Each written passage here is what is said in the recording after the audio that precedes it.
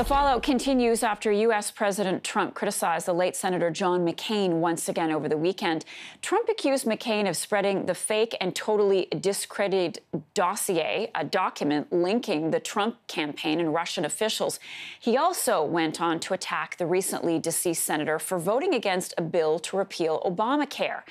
The senator's daughter, Meghan McCain, slamming the president, suggesting he spend more time with his family instead of obsessing over hers. Julia Manchester joins me now. She's a reporter with The Hill. Hello there, Julia. Yeah, this is odd. You got to admit it.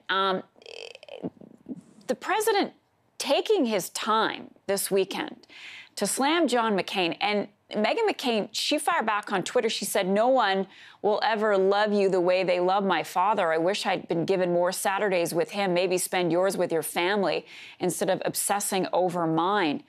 What's going on here, Julia? Well, I think this entire weekend, in terms of President Trump's Twitter feed, has been very bizarre for a lot of Americans to look at. You know, Friday started off with the absolutely tragic mass shooting in New Zealand. And we saw that, you know, when President Trump was asked about it in the Oval Office later that day, you know, he said he condemned it. He said it was bad, but he didn't necessarily, you know, come out with the same outrage that he seems to be coming out with towards John McCain, who died last August. So, you know, it is a lot of very bizarre to look at. But in addition to going after John McCain, the president this weekend has, you know, defended Fox News host Jeanine Pirro, who has been reportedly suspended from the network after making controversial comments about Ilhan Omar. He's attacked 3 Fox News anchors who, you know, he claims have a bias against him. And then this morning, he even went after Joe Biden, calling him low IQ. So, you know, in the wake of this New Zealand attack and all of these questions swirling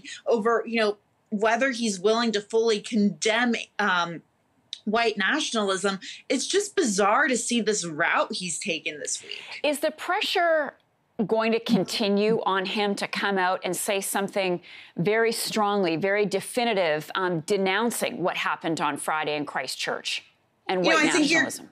Right. I think you're going to see a lot of Democrats continue to demand that he responds with the same outrage that he's, you know, seems to be attacking the late Senator John McCain with. However, for Republicans, I think that's very difficult for them. They're walking a very fine line because they know that 2020 is coming up. They know that a lot of their seats are essentially at stake. And the White House has made it very clear that if Republicans challenge him on a number of policy issues, that they will support a primary challenger for those Republican lawmakers. So we really have yet to see how Republicans are going to react to this. However, you can definitely expect Democrats to really push back against this. But it's not the first time President Trump has really garnered a lot of, I guess, controversy for how he's responded to white nationalism. If you remember a few years back in Charlottesville, Virginia, during those riots that were started by a white supremacist rally, he essentially said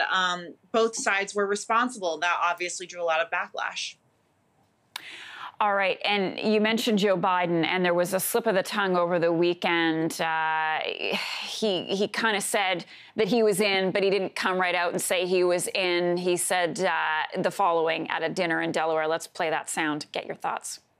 I have the most progressive record of anybody running for the if anybody who would run. All right. I got about 20 seconds left. Julia, what do you make of this blunder?